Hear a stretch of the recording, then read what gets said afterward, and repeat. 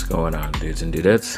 Finally have some stuff to talk about. So yes, as of right now, only 2 total students for student athletes that go to USC have tested positive for COVID, which is positive, but hopefully we don't get any more with everything spiking up right now, which sucks. But yeah, as of right now, they're looking good so far, especially the football team.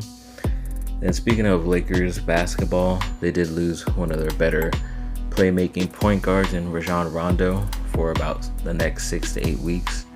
But I believe if he's healthy enough, he could return while they're in the playoffs, which is good, but I just think it's a pretty big blow right now as far as chemistry wise. But I think Alex Caruso, the backup, will be able to do something. But as far as Dwight Howard news, so he officially is going to play in the NBA restart. There was still hesitation on whether he was going to join the team or not, but luckily he is. But one coach that is not going to be able to be down there with the Lakers is assistant coach Lionel Hollins, which sucks, but I guess he's over 65 and is definitely more eligible to get more hurt by this virus, which sucks. But luckily and hopefully they'll be able to still coach somehow with them. But yeah, tough loss for the Lakers there as well. And then the Pac-12, where USC plays, they have decided to take away all of the non-conference games, so they're only going to be playing teams that they normally play, like 9 to 10 games in the season. But because of that, as of right now, it looks like the Alabama game is canceled. It hasn't been 100% canceled, but it looks like it's most likely going to be, which sucks because I know a lot of USC guys that are there now wanted to get revenge on Alabama. And then that also means Notre Dame, another big rivalry game, is taken off the schedule, which sucks. But I don't know, we'll see how this goes, if this is still the plan or everything will be pushed to the spring, or if everything gets canceled altogether. But does not look positive as of right now for college football. I just hope they make the right decisions for everybody involved. As far as USC classes go, they are moving to online classes for the fall, which is good because it will give the opportunity for these athletes to get less sick with that many people on campus. But still don't know if there is going to be any fall sports right now, so I have to wait and see, like I've been saying. And then Chargers safety Roderick Teamer, he's been suspended the first 4 games of this season if it happens without pay, because he used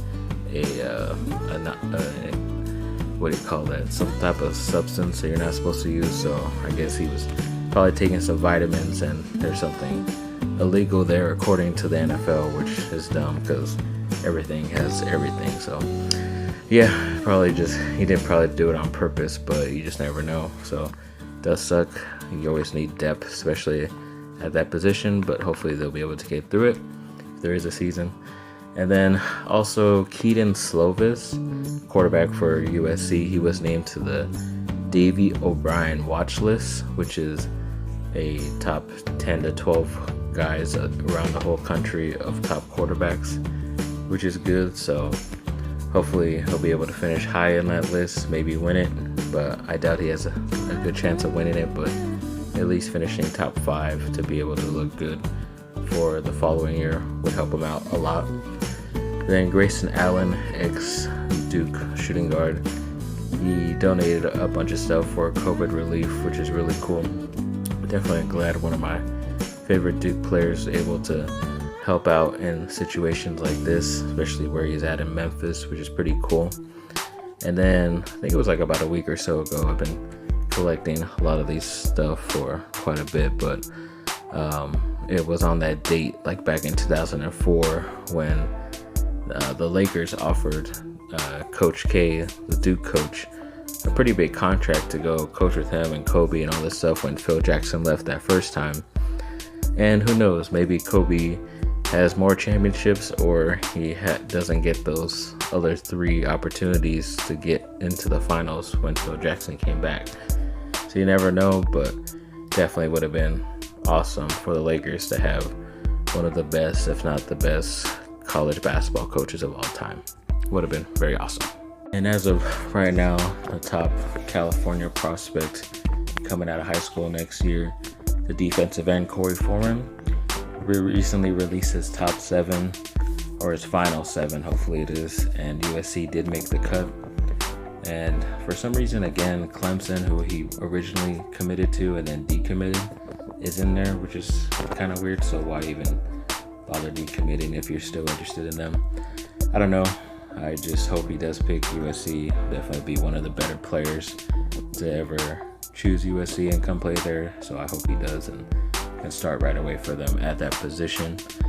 Then they're talking about assistant coach Jon Scheyer of Duke, how important he is, especially on the recruiting trail. That's exactly one of the main reasons why I believe he's a top candidate to be the head coach once Coach K decides to retire, whenever that is.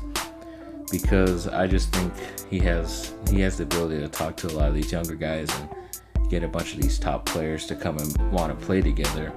And he was a champion as well while he was at Duke.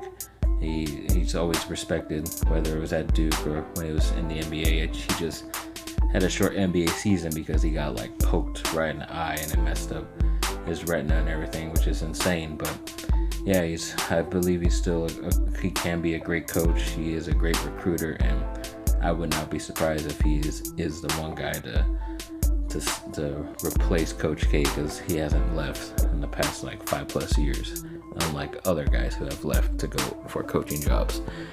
But moving on to some other news, I believe it's CBS or one of those news sites are saying that the USC football coach is the hottest seat right now in college football. I guess Clay Helton has no choice really, because especially if there is a no conference and he doesn't have to play the top 2 teams, he was going to have to face Alabama, Notre Dame. There really is no excuse for him to not have a great season, especially with a lot of wins. But just never know how the season turns out. The Pac-12 is very awkward. Teams always beat each other up, so it's always hard to find a real champion. But yeah, hopefully able to get past that and he can stay, but he does have 1 more year left on that contract. And Derwin James was listed as one of the top 10 safeties in all of NFL according to CBS. I definitely agree with that, even though it's only his 3rd year. In his 2nd year he was out a lot because of injury. He still showed just how important he was to that defense, because I believe they won like 12 games the year before, and then when he wasn't there they barely won 6 games. So he's definitely really key to their defense, and hopefully he can stay healthy after all these surgeries that he's had. Then Bleacher Report deemed USC linebacker U, which means they have a lot of talent. They have had the most talented linebackers when it comes to college success and NFL success, and I definitely agree with that. They could have chosen other schools like Penn State or even maybe Miami, Ohio State as well, but USC definitely gets a lot of the top guys. Clay Matthews of most recent, Brian Cushing, Ray Maluga, Keith Rivers, those guys, and especially the late great Junior Seau as well. Gotta keep him in there. So a lot of great USC linebackers. We've just been missing out on a couple of them recently, but hopefully we'll be able to get back to being linebacker U in the future. And then ex-Duke player Marvin Bagley, who plays for the Sacramento Kings, he's looking to redeem himself a bit because he's been out with injury, and then hopefully with all this dead time he's had, he's been able to get healthy, and then he could show what the Kings can do, or especially what he can do for the Kings when he's pretty close to being healthy. And hopefully they do give him some playing time, because he was coming off the bench, but hopefully he does start, and we'll see what he can do. To finish this video off real quick, so Hunter Henry, the tight end for the Chargers, he had until July 15th to sign like a longer deal than being franchise tagged for this 1 year. And he had even said in that article right there that he doesn't think it's going to get done. And a day later, or I don't know if it's just a day or 2 later, but it did not happen. So he is going to play this year on that 10-year deal. Sorry, $10 million deal. But and from what I read in the article, it doesn't look like he's going to want to come back, which sucks because he lose a top 10. But if he ends up getting injured this year, then I won't mind moving on from him, just because we already lost one full year without him because of injury, and he's been dinged up as well throughout his career. So wouldn't mind moving on if he doesn't stay healthy, but I would like to keep him if he does show he's worth it this season. Then also we got a bit of Duke basketball news. So Jack White, the ex-power forward who just graduated this year, he signed a 3-year deal to play in Australia for Melbourne, which is pretty cool for him. He's from Australia, so trying to get his way to the NBA, I guess, through Australia, which is cool. Still getting paid. Nothing wrong with that, so good luck to him. Then a lot of USC starters made the all Pac-12 first team on both offense, defense, and special teams. The offense, of course, Keaton Slovis, wide receivers, Tyler Vaughns, Amon-Ra St. Brown, and the offensive lineman, Elijah Vera Tucker, I believe. Defense, it was defensive end Drake Jackson, J2 Vele, the defensive tackle, who's looking to go pretty high in the first round next year's draft, and then Talanoa Hufanga, the safety for USC as well. And then also special teams, it was Ben Griffiths, I believe, and some other guy. So yeah, good luck to all of them. Hopefully they can still be there at the end of the season, and yeah, good luck to them.